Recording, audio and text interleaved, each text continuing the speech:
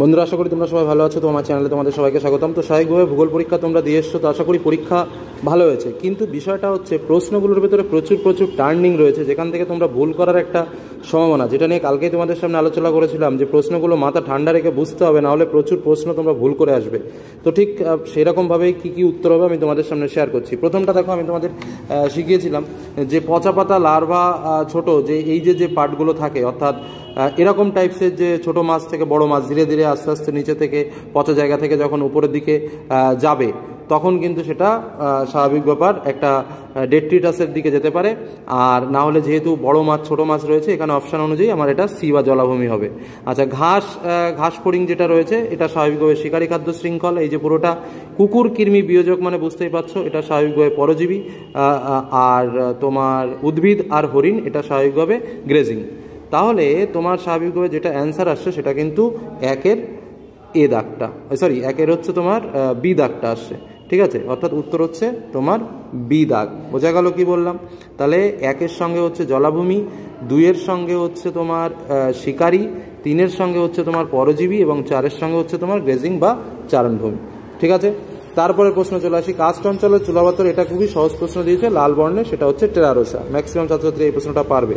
3 দাগের প্রশ্নটা দেখো, বিবৃতিটা খুবই টেকনিক্যালি বিবৃতিটা দিয়েছে। ভূপৃষ্ঠের 3 ভাগের মধ্যে 1 ভাগ অপেক্ষা বেশি স্থান জুড়ে আছে ভূপৃষ্ঠের মহাসাগর। পৃথিবী পৃষ্ঠের, প্রশ্নটা কিন্তু বুঝতে হবে, এটা পৃথিবী পৃষ্ঠের 3 ভাগের 1 ভাগ বেশি অবস্থান। তাহলে ঠিকই আছে, এটা নিয়ে কোনো আমাদের সংশয় নেই। তারপর একটা চলে আসো, সমুদ্র স্রোত সমুদ্রতলের ভূপ্রকৃতি আলোচনা হয় সমুদ্র বিজ্ঞানে, এটাও ঠিক আছে। তারপর একটা কিন্তু ফার্দিনান্ড ম্যাগেলানকে সমুদ্র বিজ্ঞানের প্রতিষ্ঠাতা বলা হয় না, বলা হয় হচ্ছে রেনেলকে। কি বললাম? রেনেলকে বলা হয়। তাহলে স্বাভাবিকভাবে 3 নম্বরটা ভুল আছে। আর 4 নম্বরটা বলছে দক্ষিণ গোলার্ধ অপেক্ষা উত্তর গোলার্ধে জলভাগের পরিমাণ বেশি। কিন্তু নিয়মটা কি? নিয়মটা হচ্ছে দক্ষিণ গোলার্ধের অপেক্ষা উত্তর গোলার্ধে জলভাগের পরিমাণ বেশি, কিন্তু না, দক্ষিণ গোলার্ধে জলভাগের পরিমাণ বেশি। তার মানে এটাও কিন্তু ভুল হচ্ছে। তার মানে ঠিক ঠিক, তারপরেরটা ভুল ভুল। তাহলে কোনটা উত্তর আসছে দেখো তো, ঠিক ঠিক ভুল ভুল। তাহলে তোমার উত্তর আসবে কিন্তু এখানে দেখো সত্য সত্য মিথ্যা মিথ্যা, তোমার এখানে উত্তর আসবে সি দাগ। এটাই কিন্তু মূল যে বিষয় সেটা তোমাদের বললাম। তারপরের প্রশ্ন আমরা চলে আসি, তারপরে 4 দাগের প্রশ্ন আমরা চলে আসি। 4 দাগের প্রশ্ন কি বলছে দেখো, নিরক্ষীয় বৃষ্টি অরণ্য যেটা রয়েছে, 1 মিনিট আমি একটুখানি যেটা, হ্যাঁ 3 দাগের প্রশ্নটা শেষ করলাম, ঠিক আছে। এবার 4 দাগের প্রশ্নটা যায়। নিরক্ষীয় বৃষ্টি অরণ্যে উষ্ণ আর্দ্র পরিবেশে, এটা হচ্ছে অ্যাকচুয়ালি বার্ন টু। প্রশ্নটাকে একটু তোমাদের ঘুরিয়েছে। প্রশ্নটা যদি একটু বলতো যে কোন অধিবাসী, সেটা যদি না করে একটু অন্যরকমভাবে দিত যে নিরক্ষীয় বৃষ্টি অরণ্য আফ্রিকার কোন অধিবাসী বাস করে, তাহলেও তোমরা পারতে। যাই হোক, একটু ঘুরিয়েছে, অনেকেই পেরেছো। বার্ন টু উত্তরটা জেনে রাখো। পরবর্তী প্রশ্ন, স্থূল জন্মহার বা সিভিয়ার। সিভিয়ার মানে এখানে একটা বিষয় তোমাদের সামনে বলে রাখি, এখানে একটা ক্লু দেখলে কোনো কিছু দেখা লাগে না, সেটা হচ্ছে 1000। এই 1000টা দেখলে আমরা বুঝে নিতে পারি কোনটা উত্তর হবে, আর কোনোটাই 1000 নেই, অর্থাৎ উত্তর হচ্ছে এটাই, আর সূত্রটা তো রয়েছে। তারপরে কোশ্চেন চলে আসি, বন্যাপ্রবণ অঞ্চলে উচ্চ স্থানে গড়ে ওঠা শুষ্ক বিন্দু বসতি। এটা নিয়ে আর কোনো প্রশ্ন নেই। তৃতীয় প্রশ্ন, নিচের অঙ্কিত রাস্তার দুপাশে স্বাভাবিকভাবে রৈখিক বসতি। এটা নিয়েও কোনো প্রশ্ন নেই। ভারতের বৃহত্তম তৈল শোধনাগার জামনগর, গুজরাট। এটা নিয়েও কোনো প্রশ্ন নেই। তারপরে চলে আসো, এই প্রশ্নটা কিন্তু টেকনিক্যালি বুঝতে হবে, এটা হচ্ছে আমাদের ভিডিও কনফারেন্সের একটা স্টেপ। এই প্রশ্নটা একটু এরকমভাবে আমাদের জিওগ্রাফিতে দিল, কিন্তু এটা দিয়েছে ঠিক আছে, কিন্তু ঠিকমতো আমার মনের মতো হয়নি প্রশ্নটা আমাদের জিওগ্রাফির জন্য। হলো, তাহলে এটার উত্তর ভিডিও কনফারেন্সে, ঠিক আছে। তারপরে কোশ্চেনে চলে আসি, 11 নম্বরেরটা দেখো, খুব ইম্পর্টেন্ট একটা কোশ্চেন। কোনটি প্রযোজ্য নয়? এটা প্রথমটা পড়লে হয়ে যায়, খাদ্য শৃঙ্খলে প্রবাহ শক্তি সর্বদা চক্রাকার। কারণ খাদ্য শৃঙ্খল এক শক্তি থেকে আর এক শক্তিতে রূপান্তরিত হয়ে যায়, কিন্তু সেই শক্তি আবার প্রথম শক্তিতে ফিরে আসে না। তাহলে প্রথমটাই কিন্তু ভুল রয়েছে স্বাভাবিকভাবে। তারপরে যেগুলো রয়েছে 10% সূত্র মেনে চলে, তারপরে তোমার রয়েছে জীবের সংখ্যা শক্তির সংখ্যা ক্রমশ হ্রাস পেয়ে থাকে, এটাও ঠিক আছে, এটাও ঠিক আছে। অর্থাৎ এ দাগটা কিন্তু ভুল রয়েছে। তাহলে ভুলটা কোনটা? কোনটি প্রযোজ্য নয়? তাহলে উত্তর হচ্ছে কোনটা? উত্তর হচ্ছে এ দাগ, ঠিক আছে। তাহলে উত্তর এ দাগ। পরবর্তী প্রশ্ন চলে আসে আমরা, 12 দাগের প্রশ্ন কি রয়েছে দেখো, দক্ষিণ ভারতের তুলনায় উত্তর ভারতের সমভূমি অঞ্চলে নিত্যবহ খালের সংখ্যা বেশি, তার কারণ হওয়ার কারণ কি? এটাও খুবই সহজ প্রশ্ন দিয়েছে, এটা একদম ইজি প্রশ্ন। তার কারণ উত্তর ভারতের নদীগুলোতে সারা বছর জল থাকে, আর নদীতে জল থাকলে তার পাশে খাল থাকবে, সেই খালেও জল থাকবে। আর বাদ বাকিগুলো যেগুলো রয়েছে এগুলো একটাও যুক্তিযুক্ত নয়। আচ্ছা, তারপরে চলে আসো 13 দাগের প্রশ্ন, নদী মোহনায় কোন ধরনের বাস্তুতন্ত্র? এই যে খাঁড়ি বাস্তুতন্ত্র, অ্যাকচুয়ালি এটা ইংরেজিটা যদি দিত যে ইস্টুয়ারি ইকোসিস্টেম, তাহলে তোমাদের আরও এই যে ইস্টুরিন ইকোসিস্টেম, তোমরা যদি এটা পড়তে তাহলে অনেকটাই কমন পেতে। খাঁড়ি বাস্তুতন্ত্র বাংলাতে খুব একটা শোনা যায় না। তো যাই হোক, উত্তরটা হচ্ছে তোমার এইটা, ঠিক আছে, 13 দাগ। তারপরে চলে আসো পৃথিবীর সর্বাধিক লবণাক্ত হ্রদ, এটাও কিন্তু খুবই আমাদের সহজ কোশ্চেন, এটা হচ্ছে আমাদের ক্যাসপিয়ান সাগর, ক্যাসপিয়ান হ্রদ। তারপরে 15 দাগের প্রশ্নে চলে আসি, পুল ফ্যাক্টর 9, ভেরি ইম্পর্টেন্ট কোশ্চেন, পুল ফ্যাক্টর 9 কোনটি? মানে চলে যাবে না কেন? এই যে লাভজনক পেশা উচ্চ আয়ের জন্য চলে যাবে, স্বাচ্ছন্দ্যপূর্ণ এটার জন্য যাবে, এটার জন্য। ধর্ম আর জাতিগত ভেদাভেদের জন্য কিন্তু খুব একটা পরিব্রাজন ঘটে না, এটা কিন্তু আসল উত্তর, ঠিক আছে, এটা কিন্তু আসল উত্তর। এইবার যদি অন্য কিছু দেয় তো কিছু করার নেই, কারণ এটাই মেইন উত্তর। কারণ এটা যে মেইন উত্তর আমি ধরবো না, বর্তমানে যে বিষয়টা আমাদের মধ্যে চলছে এপার থেকে ওপারে যাওয়া আসা, সেটা কিন্তু ধর্ম জাতিগত ভেদাভেদের জন্য অনেকটা দায়ী। তো সেই অপশানটা তাহলে হিসেব মতো কোনো উত্তরই নয়, সেই হিসেবে কিন্তু ডি দাগেরটাই উত্তর হবে অ্যাপ্রোপ্রিয়েট। তারপরে চলে আসো বাম স্তম্ভের সঙ্গে ডান স্তম্ভের মিলিয়ে সঠিক নির্বাচন। এক্ষেত্রে আমাদের যেটা অ্যান্সার এসছে আমি সেটা বলি, সেটা হচ্ছে বি দাগেরটা অ্যান্সার এসছে। 1-এর আসছে তোমার সি দাগ, 2-এর আসছে তোমার ডি দাগ, তারপরে তোমার 3-এর আসছে তোমার এ দাগ, এবং 4-এর আসছে তোমার বি দাগ, ঠিক আছে। পরবর্তী প্রশ্ন চলে আসি, 3 দিক থেকে 3টি রাস্তা এসে একটি বিন্দুতে, দেখো এখানে দুটো বিষয় আছে। অনেকে বলতে পারো স্যার টি কেন হবে না, আবার অনেকে বলতে পারো স্যার ওয়াই কেন হচ্ছে, কারণ টি আর ওয়াইয়ের মধ্যে হবে 3টি বিন্দু। দেখো বলছে 3 দিক থেকে 3টি বিন্দু, যদি 3 দিক থেকে আসে তাহলে ওয়াই হবে, ঠিক আছে, মানে এই দেখো 3টে দাগ 3 দিক, আর যদি টি দাও তাহলে কিন্তু 2 দিক একই দিক হয়ে গেল। বোঝা গেল কি বললাম? বোঝা গেল? তার মানে কি একই দিক থেকে হয়ে গেল, তুমি এদিক থেকে ধরলেও কিন্তু সেটা আসবে না, যে কারণে 3 দিক থেকে আসলে এবং বিন্দুতে মিলিত হবে, সেক্ষেত্রে কিন্তু ওয়াইটাই অ্যাপ্রোপ্রিয়েট অ্যান্সার হবে, ঠিক আছে।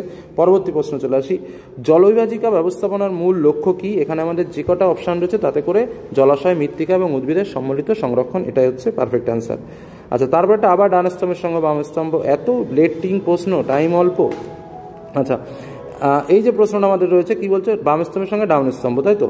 তাহলে এক্ষেত্রে আমরা প্রশ্নটা যদি আমরা ঠিকঠাকভাবে দেখি তাহলে দেখো কি রয়েছে, কৃষি পরিকল্পনা। কৃষি পরিকল্পনার সঙ্গে শস্য সমন্বয়ের একটা জোগাড় রয়েছে। কৃষি জমির উর্বরতা বৃদ্ধি, শস্য প্রগাঢ়তা, কৃষিকাজের পৌনঃপুনিকতা, দাঁড়াও, এটা হচ্ছে, হ্যাঁ ভুল হয়েছে, সরি, ভেরি মিস্টেক। আচ্ছা, আবার প্রথম থেকে বলি, কৃষি পরিকল্পনার সঙ্গে তোমার হচ্ছে শস্য সমন্বয়ের সম্পর্ক রয়েছে, ঠিক আছে। কৃষি জমির উর্বরতা বৃদ্ধি হচ্ছে শস্যাবর্তনের ফলে, আর কৃষিকাজের পৌনঃপুনিকতা তোমার যেটা হচ্ছে সেটা শস্য প্রগাঢ়তা, আর শস্যের প্রাধান্যকে বলা হয় শস্য পঞ্জিকা। তাহলে কোনটা হচ্ছে? হ্যাঁ, 1-এর বি, 2-এর ডি, 1-এর বি, 2-এর ডি, মানে এ দাগেরটা তোমার অ্যান্সার হচ্ছে, ঠিক আছে, সঠিক উত্তর হচ্ছে এ দাগেরটা। তারপরে কোশ্চেন আমরা চলে আসি, ভৌম জলের ভাণ্ডার সৃষ্টির জন্য ভূগর্ভে ড্যাশ শিলাস্তরের নিচে ড্যাশ শিলাস্তর থাকা হবে। প্রথমে থাকবে প্রবেশ্য শিলাস্তর, তারপরে থাকবে অপ্রবেশ্য শিলাস্তর, তাহলেই তো জলটা জমে যাবে এবং এই জলটা উপরের দিকে উঠবে। তাহলে উত্তরটা কী হবে? উত্তরটা হচ্ছে প্রথমে থাকবে প্রবেশ্য, তারপরে থাকবে অপ্রবেশ্য। তারপরে কোশ্চেন ছিল, জনসংখ্যা বৃদ্ধির হার ড্যাশ মহাদেশে সর্বাধিক, উত্তর হচ্ছে আফ্রিকা। তারপরের প্রশ্নে আমরা চলে আসি, জলবিভাজিকা অঞ্চল হলো, এই প্রশ্নটা কিন্তু অ্যাকচুয়াল অ্যান্সার হচ্ছে জলবিভাজিকা অঞ্চল। দেখো, জলবিভাজিকা অঞ্চল হলো একটা প্রাকৃতিক অঞ্চল, প্রথম কথা, এটা উত্তর হওয়া উচিত। কিন্তু এখানে অপশানে যদি ভৌগোলিক অঞ্চলও উত্তর দেয় তাহলেও কিন্তু, কারণ প্রত্যেকটা জায়গারই দুটো জিনিস থাকে, একটা ভৌগোলিক পরিচয়, একটা প্রাকৃতিক পরিচয়। সেই জায়গা দাঁড়িয়ে কিন্তু ভৌগোলিক পরিচয়ও কিন্তু কথাটাকেও যদি 100% ভুল এই কথাটা বলতে পারবে না, আমার ব্যক্তিগত মতামত নিয়ে বললাম আমি। কিন্তু প্রাকৃতিক অঞ্চল উত্তর দেওয়াটা ঠিক, যে জলবিভাজিকা তো প্রাকৃতিকভাবে তৈরি হয়, সে ঠিক আছে, সেই হিসেবে প্রাকৃতিক অঞ্চল। কিন্তু প্রত্যেকটা অঞ্চলই, প্রত্যেক প্রাকৃতিক অঞ্চলে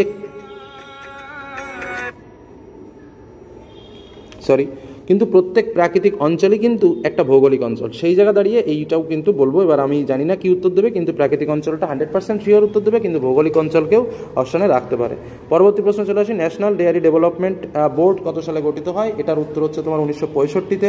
চলে গেল পরবর্তী প্রশ্ন, ভাকরা-নাঙ্গাল পরিকল্পনার সঙ্গে কোন রাজ্যে জলসেচ করা হয়? উত্তর হচ্ছে পাঞ্জাব। পরবর্তী প্রশ্ন, ভবিষ্যৎ জনসংখ্যা বৃদ্ধির নির্ধারণকে জন অভিক্ষেপ বা প্রজেকশন বলা হয়, পপুলেশন। আচ্ছা, 2011 সালের আদমশুমারি অনুযায়ী নিচের কোনটা হবে? তো এটা হচ্ছে তোমার প্রথমে সব থেকে বেশি হচ্ছে বিহার, তারপরে হচ্ছে তোমার পশ্চিমবঙ্গ, তারপরে উত্তরপ্রদেশ, তারপরে কেরালা, অর্থাৎ CBDA। তো উত্তর হচ্ছে কোথায়? CBDA, তার মানে উত্তর হচ্ছে সি দাগ, ঠিক আছে, তাহলে উত্তরটা সি দাগ। পরবর্তী প্রশ্ন চলে আসি, আচ্ছা, সঠিক এই জায়গাটার একটা প্রশ্ন তোমাদের জানিয়ে রাখি। দেখো, আমদানি বাণিজ্য প্লাস রপ্তানি বাণিজ্য দুটো যদি একসঙ্গে থাকে তখন তাকে বলা হয় আন্তর্জাতিক বাণিজ্য। এটাকেও শুধু জেনে রাখলে এই প্রশ্নটার উত্তর পারা যাবে। যারা জানে যে আমদানি বাণিজ্য এবং রপ্তানি বাণিজ্য দুটোই যদি একই জায়গা হয় তার মানে সেটা ইন্টারন্যাশনাল। বোঝা গেল? তাহলে উত্তর কিন্তু আন্তর্জাতিক বাণিজ্য হবেই, এর কোনো কথা হবে না। মহিষাঞ্চরণ মতবাদের প্রবক্তাকে? উত্তর হচ্ছে আলফ্রেড ওয়েগনার। পরবর্তী প্রশ্ন চলে আসি। উন্নয়নশীল দেশে বয়স লিঙ্গ কাঠামো ন্যাসপতির মতো। দুটি সন্নিহিত হিমবাহের পার্শ্বগ্রাবরেখা, দুটো সন্নিহিত হিমবাহের পার্শ্বগ্রাবরেখা যখন জয়েন্ট হয়ে যাবে তখন তৈরি হয়ে যাবে মধ্যগ্রাবরেখা। এটা একটা ভাইটাল প্রশ্ন কিন্তু, ঠিক আছে। তারপরে প্রশ্ন চলে আসো, হিমবাহের ক্ষয়কার্যের ফলে সৃষ্ট আচ্ছা, এই প্রশ্নটা আমি বলি, অ্যাকচুয়ালি এটার নাম হচ্ছে কোরাই, ইংরেজি নাম, ঠিক আছে, CORRE, কোরাই। কিন্তু কোরাইয়ের উচ্চারণ তো এখানে নেই, এখানে কার আছে, তো স্বাভাবিকভাবে এটাকে কারও উচ্চারণ করে অনেকে, যার জন্য এটার উত্তরটা কিন্তু কারটাই হবে। তারপরে চলে আসো ডান স্তম্ভের সময় বাম স্তম্ভ। তো এক্ষেত্রে যদি আমরা প্রশ্নটার দিকে ভালো করে লক্ষ্য করি তাহলে কিন্তু যেটা দেখতে পাবো সেটা হচ্ছে অবিরাম বৃষ্টি। অবিরাম বৃষ্টিটা কোথায় হয়? অবিরাম বৃষ্টিটা হচ্ছে তোমার কোথায় গেল, নিম্ব স্ট্যাটাসে, হ্যাঁ নাকি? হ্যাঁ, অবিরাম বৃষ্টিটা নিম্ন স্ট্যাটাসে হয়। আচ্ছা, ঝিরিঝিরি বৃষ্টিটা কোথায় হয়? স্ট্যাটাস মেঘে হয়। বজ্রবিদ্যুৎ সহ ঝঞ্ঝা কোথায় হয়? কিউমুলো নিম্বাস মেঘে। আর পরিষ্কার আবহাওয়া সিরোকিউমুলাস। তাহলে কি হচ্ছে? 1A B 2A A, 1A B 2A A 3A D 4A C, তাই তো? তার মানে উত্তরটা আসছে তোমার ডি দাগ, ঠিক আছে, উত্তরটা ডি দাগ আসছে। পরবর্তী প্রশ্ন ভেরি ভেরি ইম্পর্টেন্ট, আমি বুঝিয়ে দিই। দেখো, এই যে চিত্রটা এখানে দেখা যাচ্ছে, এই চিত্রটা হচ্ছে নাতিশীতোষ্ণ কুণ্ডবাতের চিত্র, প্রথম কথা। তাহলে আমরা এই একটা অপশানে কিন্তু পেয়ে যাচ্ছি, হলো। দ্বিতীয় নম্বর, 1 নম্বরে যেটা রয়েছে দেখো শীতল বায়ু, তো স্বাভাবিকভাবে নিচেই রয়েছে শীতল বায়ু। আর 2 নম্বরে রয়েছে উষ্ণ বায়ু, তাহলে 2 নম্বরে উষ্ণ বায়ু উপরের দিকেও স্বাভাবিক হয়ে যাচ্ছে। এবং 3 নম্বরে রয়েছে আমাদের সেটা হচ্ছে নাতিশীতোষ্ণ কুণ্ডবাত জনিত এই যে 1 2 3 এই যে বৃষ্টিপাত। তাহলে এই হলো মূল বিষয়। তাহলে প্রথমে 1 নম্বরে থাকছে শীতল বায়ু, মানে শীতল বায়ু ঢুকছে, উষ্ণ বায়ু বেরোচ্ছে, তাই তো? তাহলে শীতল বায়ু ঢুকবে, উষ্ণ বায়ু বেরোবে, আর বৃষ্টিপাত হবে উষ্ণ ওই জায়গাটায়। তাহলে স্বাভাবিকভাবে ওটা আসছে আমাদের সি দাগেরটাই অ্যান্সার হচ্ছে। পরবর্তী প্রশ্নে আমরা চলে আসি আমাদের লাস্ট কোশ্চেন। নিম্নলিখিত কোনটি মহীসোপান অঞ্চল থেকে সৃষ্টি হয়? এটার উত্তরটা জেনে রাখো। উত্তরটা হচ্ছে তোমার ম্যাসিভ সালফাইড, ঠিক আছে, এটাই কিন্তু উত্তর, ম্যাসিভ সালফাইড, অর্থাৎ ডি দাগেরটা উত্তর, ঠিক আছে। এই হলো আমাদের প্রশ্ন এবং উত্তর। ধন্যবাদ।